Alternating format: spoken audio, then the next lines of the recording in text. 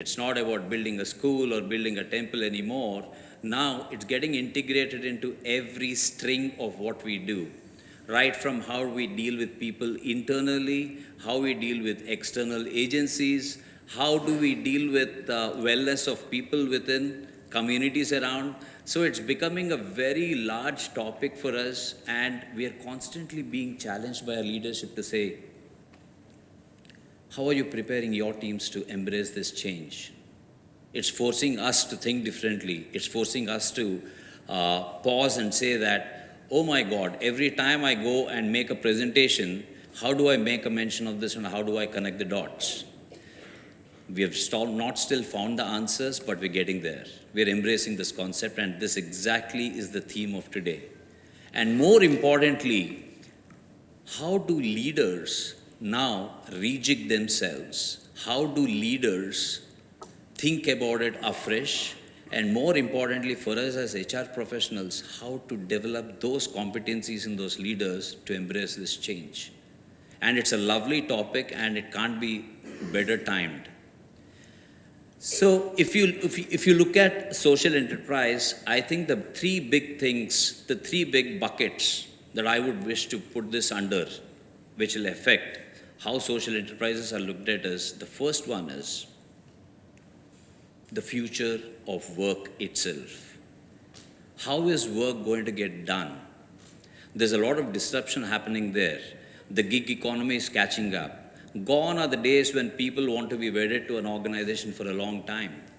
We've all heard of millennials wanting to do short projects. Let me share this practical example with you. At Deloitte, when we started advertising for positions to ramp up a new technology, a lot of applications came in, and there was this huge session where one of our senior partners had come to, address everybody. In a professional services organization, becoming a partner is like the ultimate goal, right? So this gentleman was asking everybody questions, and he asked one of the millennials saying that,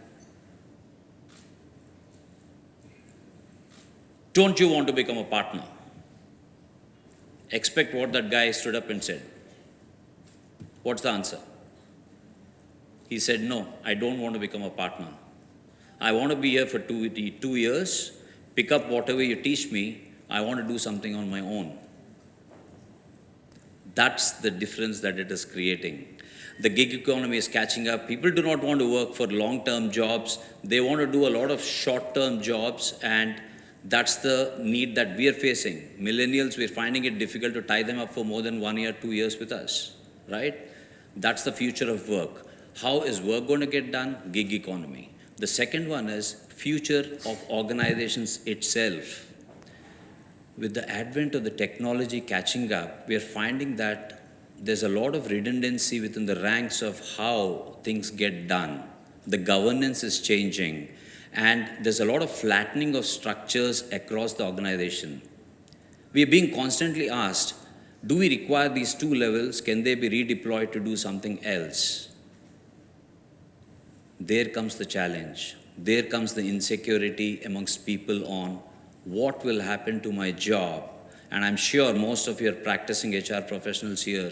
You'll hear this often. They're a little nervous. We're trying to set up a services center in Thane. The nervousness amongst ranks is what will happen to our jobs. No matter what assurances you give them, we have to deal with the insecurities of people. While we know the examples, we know what to do with them, we know how to reskill them. The third and the most important thing, and my favorite subject, future of HR in this changing scheme of things. I think as HR professionals, we are facing one of the biggest challenges now.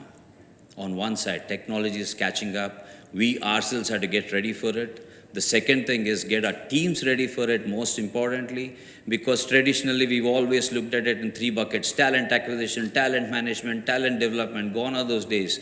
Now there are disruptions there as well. How do we get our teams ready for it, right? Jobs are becoming from good jobs to super jobs.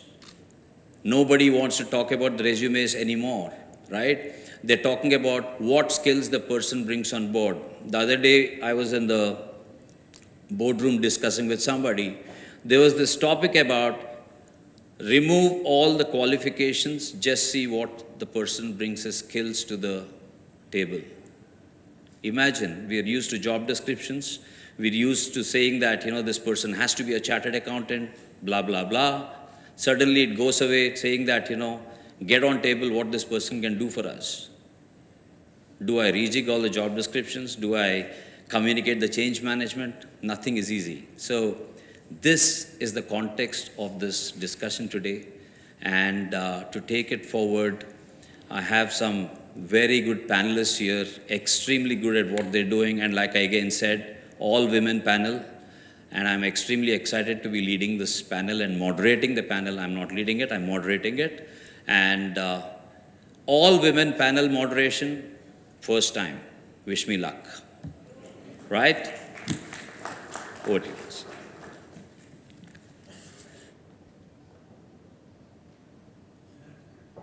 All the very best to you, sir. And thank you so much for setting the context for the discussion that is to follow.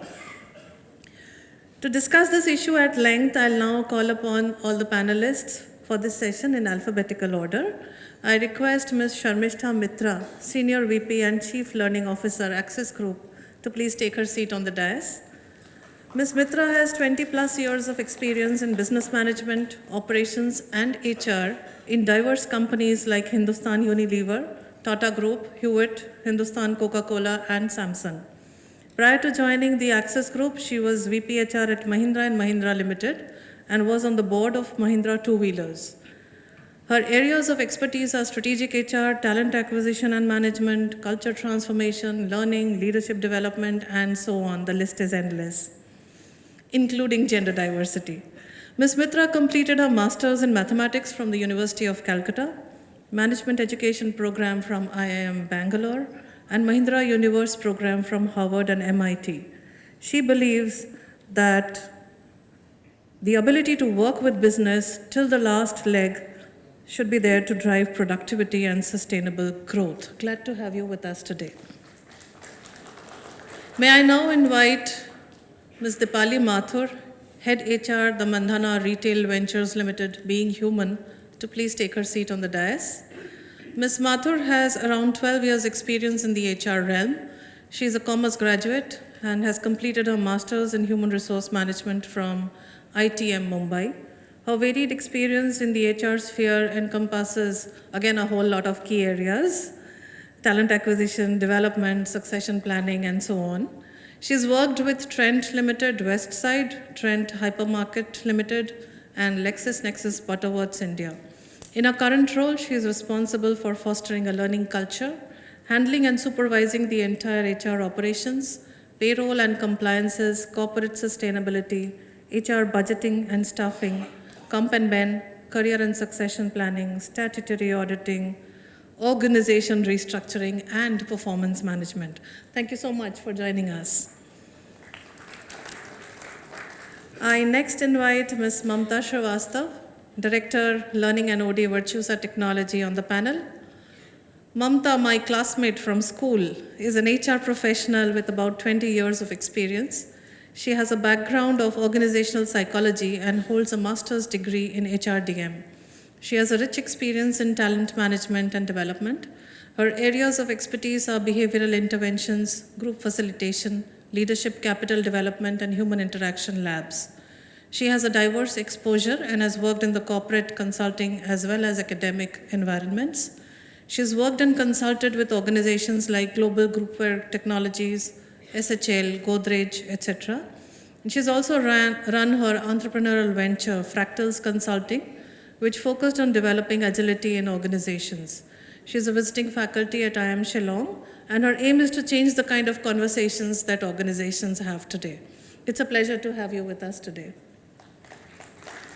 May I now request Dr. Ritu Anand, Senior VP and Chief Leadership and Diversity Officer, TCS, to please take her seat on the dais. Dr. Ritu Anand is responsible for identification and development of senior leaders in TCS. In addition to this, she is leading diversity for the entire organization with a focus on creating more women leaders in the leadership pool. Prior to this, she led talent management and total rewards functions in TCS, where she implemented progressive policies for women and Gen Y workforce to enable career growth and close pay gaps, and managed Comp and Ben workforce policy planning, career, competencies, performance, leadership assessments, employee welfare programs, including TCS Cares and Counseling. Under her leadership, TCS has been ranked one of the top 10 companies to work for women in India and the UK. She serves as an independent director and an advisory board member for many organizations.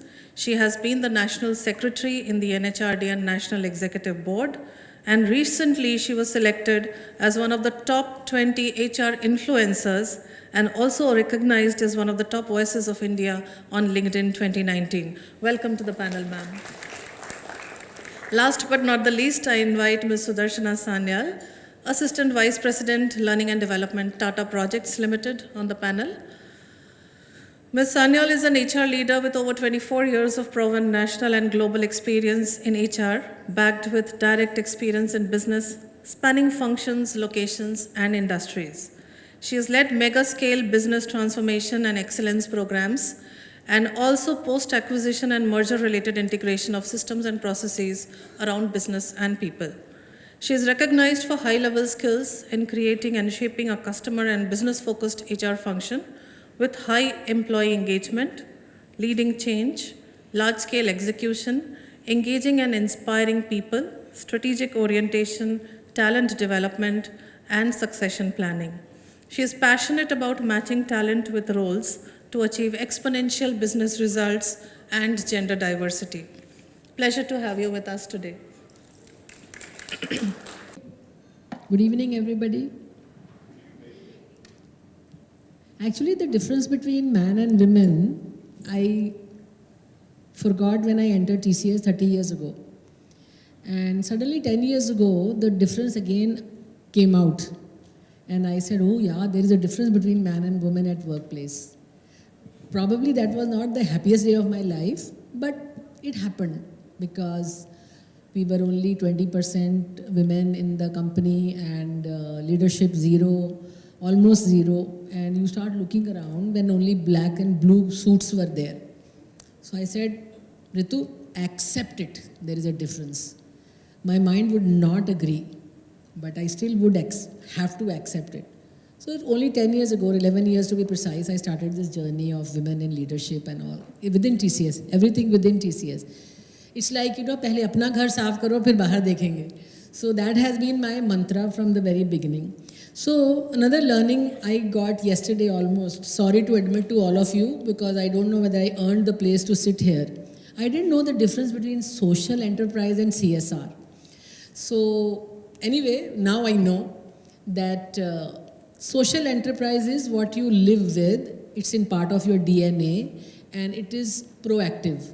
That the reason for the business that you are doing is because that you want to be socially conscious organization, not a person, but organization. Then I started asking myself, what is CSR? Then everything I put back to what we are doing in the company. And CSR actually is a reaction that we do to the DNA that we are living with. So proactive is social enterprise, reactive is CSR. Social enterprise is the reason for which your organization was created, is sustaining and is sustainable for centuries to come. And I'm going to use this very seriously, that if you are creating an organization today, you are obviously not going to create it only for a year or 5 or 10 years. It is for keeps. And that's the way, fortunately, I belong to a group and the company which is sustaining now. We just celebrated 50th year of our existence in the universe, and we are obviously looking for 50 years more and more. And how that is possible? Because we are a social enterprise. The reason for our existence may be commercial, but how we are earning money partly has to come from the fact that we are socially conscious organization. And I'll give you an example.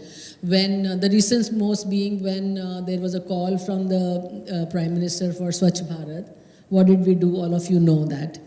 And when we saw the farmers and the gap between consumers and farmers being very high, we developed a software which is called M-Krishi, which has been there for many, many years. And Akhil, you might remember also, which gives live updates to the farmers about the price, about the weather, and so these are the two examples that I'm talking about. Not that we are not a commercially oriented organization, we are a very, very aggressively profitable organization, so to say, but very conscious of the society and the impact that we are having. Reaction is, whether it is because of 2% or because of it, everybody knows Tata names, and my colleague obviously can support that we do contribute to the community development, and I don't want to go too much into it as yet. The thing, except that we do contribute a lot to the nation building in whichever way we can as a part of our CSR programs. To double it up, we have a program called Purpose for Life, P for Life, P for L, where each one of us have committed for 10 hours of volunteering consciously, and whatever hours we volunteer, company contribute that kind of money accordingly. So proactively, why we exist and what we do on a continuous basis to contribute to the nation, to society, to community, to the industry that we live in is how I will describe the difference between the two. And as we go on, I will also let you know how we are roping in for the last 10, 15 years or even more, the employees to contribute and shake hands in continuing to make TCS, retain TCS as a social enterprise. Excellent, excellent. So, when it comes to these youngsters, deciding most of the things, where exactly do you draw the line? We often face this challenge. Even at Deloitte, sometimes, what Dr. Ritu was talking about, it's more about they choosing to join us than we offering them a job now, right? So in these circumstances, we often face this situation where we say that, okay, this is where I think we need to draw a line because we get into decision making here. So what is that point where you have to draw that line and make it very clear that I think this is our prerogative versus we know what we have to offer for you and we hear you? So what we do is, whenever we hire any employee, number one, we don't see the competencies, of course, for the person. One is passion that we follow, passion that we see in an employee. What we do is, at the stores, of course, major hiring is at the stores only. The staff come to us and approach us.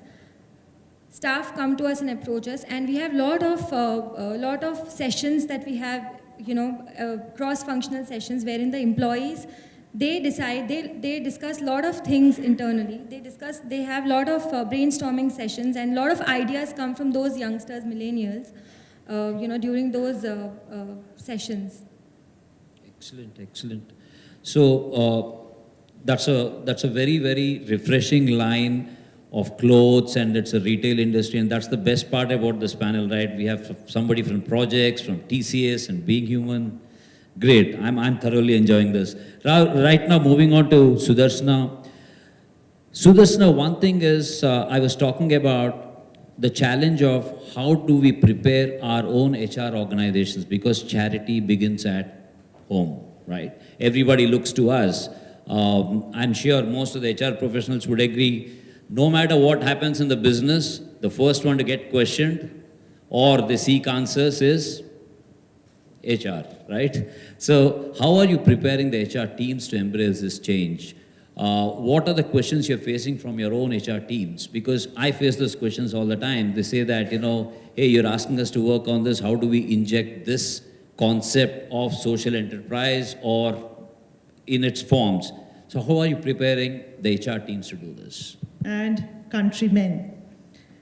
So he has 5 guiding principles, and one of the principles is that we cannot achieve anything as an organization if we do not factor in the country's well-being. Now, having said that, it was easier earlier when the tenure was long for an employee. But like you mentioned, that now we are going to move to a generation or get employees from generation who are restless, who want to learn and move on. So how we ingrain this approach of social entrepreneurship in them? So what we do is, apart from maintaining this ecosystem is very important. So how do we do it as HR people? The first thing that we try to do is, at the time of recruitment, we try to ensure that the personal values and the company values match. But it's difficult because ours is an organization which is growing very fast. So we were 800 employees 2 to 3 years ago. Now we are 6,000, and we have a large number of contract people working because we are in the space of infrastructure. So when we hire people for their skills at an age, say as a project manager who is already 40 or 35 plus, they're already formed. So you don't have stories around what Tatas have done, how we are different, how we have thought about things and worked upon them much ahead of time. We also try to, highlight the initiatives that we have taken. Just to give an example, like two very significant initiatives that Tata Projects have worked upon, and which aligns with this, social approach or social entrepreneurial approach or social enterprise approach. One is rejuvenation of one river by the name of River Dravyavati in Jaipur. Earlier it was a nala, 49-kilometer nala. It was cutting across the city of Jaipur. There was sewage getting into it. It was giving out stench. So it's a tourist spot. And it was not really very good for the city, the pink city. Members know more than the leaders, right? Yet, it is the leaders who are called upon when the tasks are not completed. So therein lies the challenge of the leaders, right? That you're responsible for work which you have to get done through others. That's one challenge. The second part is that we are living in a VUCA world. While you're completing that one task, the requirement changes. And now the leader is left with a task which he made the team members do, and the requirement has changed, and you need to again get your people together to meet the new requirement. So how do you manage all this? So the key requirement becomes one of agility, how to make the organization agile so that you can read these changes before they are sprung upon you, right? So that, in our understanding, is the key requirement of leadership in today's times. We cannot have leaders without followers. So let's look at this dynamics from the follower's point of view as well. So what is a follower looking for? To the environment, I'm leaving a legacy behind. That is the driving force today. So people do not want to be bricklayers, they want to be temple builders today. So the challenge for organizations is to marry these very knowledgeable and tech-savvy people with the tech-savvy organization, and we have expertise in building digital platforms. That's our expertise. How do we ensure that we use this expertise to create meaning so that our business outcomes are also not impacted negatively, and yet we are meeting the meaningfulness needs of the employees? So we said, let's reach out and help the NGOs. I'll give one person realize that if we look at OTs, operation theaters in organizations, they have a huge not utilized, and the cost of that non-utilization is borne by the hospitals per se. So what can we do in order to allow us to carry out surgeries in that time frame? So either the hospitals agreed or they reduced the cost a lot, and he was able to bring down the cost by 60%. Now how does he come to know that which OT is not utilized which time? Therein, Virtusa stepped in, and we built a digital platform where the surgeries, then the time of intervention becomes important, right? You can save a lot if you diagnose things correctly at the right time. How do you actually reach out to the people? How can patients connect up with you? Those are the things which this platform is addressing. This was about the platform. How does it work in Virtusa? So we said that we want to do this, and we asked people to come forward and volunteer. So, before we open it for questions for this group, very keen to know, as practicing HR professionals, what is the one strong advice, briefly, each one of you would give to your leaders, considering this change is here to stay? And if you were to fast forward this change, what is that one strong advice you would give to your leaders? This is 32nd program which we are doing, which is National Shining Network, led by BIMTech and Deloitte. So let's hear for all the three organizations. I will request you to again put your hands for these three organizations. Because for our all IR meetings, you all are sitting throughout the night also. So here at least for gratitude we can sit for another 180 seconds. Then comes some individuals. Now some of them are not present here. So first of all, in absentia, Dr. Badri, you are not here, but thank you very much for moderating this. Professor K.K. Sinha, he's in US, but he's the real sutradhar behind all this, that we must do programs which are really meaningful to HR professionals. Sir, you are in US, but thank you very much for starting this 8 years back. Then, Dr. Harivansh Chaturvedi. So all this is sponsored by BIMTech for all 8 years, but he feels that why only this? Why don't we come out with a book also? So all the panelists become authors also. So thank you, Dr. Chaturvedi, in absentia. National Shining Network, all the members, how many members are here from NHRD? Can you raise your hands? Oh, thank you very much. And so rest all are would-be members.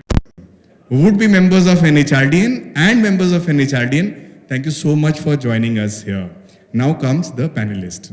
So we took a challenge. So last year when we decided, we said, what new should we do? So first new came, can we have a all women panel? I said, boss, Bombay ke bina to kahin aane wale nahi hai. So let's do this experiment in Mumbai, and thank you very much for all of you for joining us here. And let's hear from Mumbai. Thank you very much, friends. And to each of the panelists, they were fighting. They were saying the time is there is already 6:30. Where is your welcome address? Why we are not there? So thank you very much for putting this right. This is what I wanted to say. And a big thanks to each one of you for joining us here, making this house full again on a Friday evening. I don't want to miss, we are in December. Wish you, your family members, Merry Christmas, Happy New Year, and join us for the cocktail dinner. Before that, I'll hand over to Dr. Manusi. And Dr. Manusi, thank you very much. Whenever you are there, I'm very much relaxed because I know that this program is in the safe hands. And Akhil Pandey ji, sir, आपकी stories से ना जो सीखने को मिलता है वो किसी YouTube पे नहीं मिलता. Just be like this. Thank you. Here on stage shortly when we assemble here for the group photograph. May I now request Professor Pandey to please join us on stage to felicitate our panelists.